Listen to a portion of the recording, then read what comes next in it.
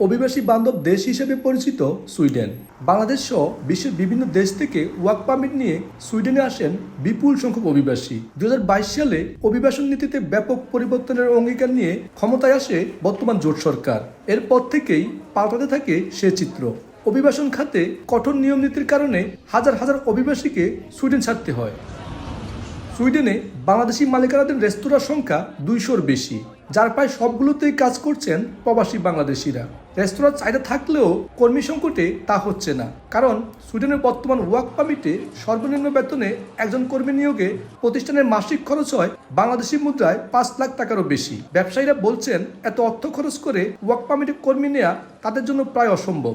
ফলে অনেকেই কর্মী সংকটের কারণে প্রতিষ্ঠান বন্ধ করতে বাধ্য হচ্ছেন। কর্মচারী বেতনের কারণে একটা লোক বাংলাদেশ থেকে আনতে হলে এখন তাকে 5 লাখ টাকা আমাকে আমার কোম্পানি করতে হবে।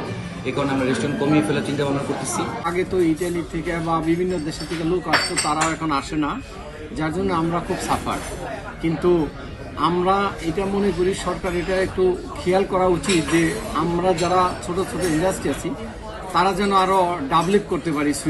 সুইডেনে 4 বছর ওয়ার্ক পারমিট নিয়ে বসবাসের পর স্থায়ী বসবাসের আর 5 বছর বসবাসের পর নাগরিকত্বের আবেদনের সুযোগ রয়েছে। ফলে অভিবাসীদের পছন্দের দেশের তালিকায় দেশটির অবস্থান শুরুর দিকে।